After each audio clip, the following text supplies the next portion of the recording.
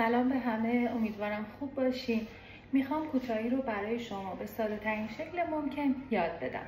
امیدوارم همراهم باشین و هیرکات رو تخصصی یاد بگیریم. ما برای شروع کار نیاز داریم به یه سرمانکن یا حتی میتونه سر مدل باشه. سرمانکن رو تهیه میکنیم، حجم موهاش به اندازه‌ای باشه که خیلی کم یا خیلی زیاد نباشه. برای کار کوتاهی تهیه‌اش کنید و یه شونه دنباریک. با یه شونه دنباریک ما میخوایم تقسیم بندی رو بهتون یاد بدیم. با من همراه باشین. سر از بخش‌های مختلفی تشکیل شده، ولی برای کار کوتاهی من میخوام اون رو به 4 قسمت اصلی تقسیم کنم. یکیش که فرق سره. فرق سر در راستای بینی میاد و تا بالاترین نقطه سر، جایی که شونه به صورت علاکالنگ میشه، ادامهش میدیم. همراه باشین.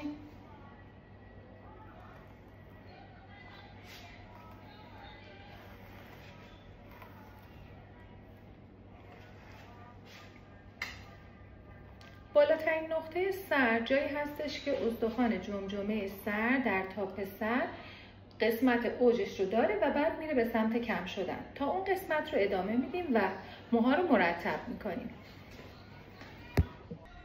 فرق سر رو ببینید، کامل اومده و در امتدادش به این قسمت رسیده. یعنی ما از امتداد در راستای بینی میایم، فرق سر رو تا تاپ سر میریم و اون رو ادامه میدیم، یک خط صاف تا برسیم به کجا؟ این خط رو ادامه میدیم تا برسیم به قسمت پشت سر. موضوع بعدی، وقتی سر رو موها رو به 2 قسمت تقسیم کردیم، میخوایم تقسیم بندیمون 4 قسمتی باشه. یعنی باید گوش تا گوش رو هم جدا کنیم.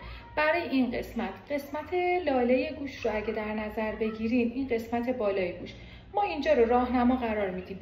صاف میایم تا تاپ سر، همون جایی که بلندترین و برجسته ترین نقطه سر هست، از اونجا هم اون رو ادامه میدیم تا لاله گوش بعدی. اینطوری ما سر رو به 4 قسمت تقسیم کردیم.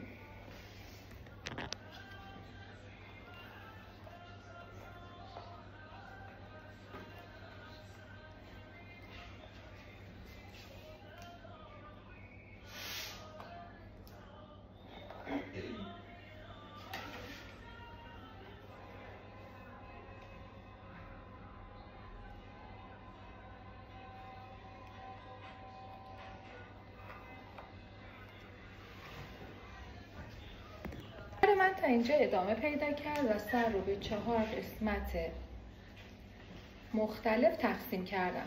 فقط این رو بدونید چون روی سر مانکن هست، بابت اینکه بافتمون خیلی اوکی نیست، باید کارتون تمیز باشه، ولی روی سر زنده این کار خیلی دقیق‌تر و بهتر در میاد.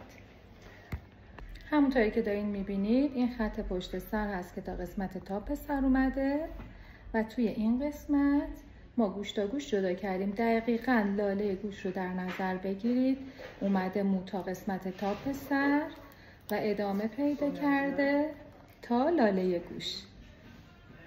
برای جلسه اول همین کافیه. این کار رو چند بار انجام بدین، یا روی سرمانکن، یا اگر عروسک بزرگی دارین روی سر عروسک، حتی اگه مدل زنده دارین هم روی سر اون کامل این کار رو انجام بدین. فعلا هم نیاز نیست شونه خاصی بخرین. یه شونه دنباریک کمک میکنه بهتون برای اینکه بتونین تقسیم بندی رو راحت انجام بدین. تا جلسه بعد، خداحافظ.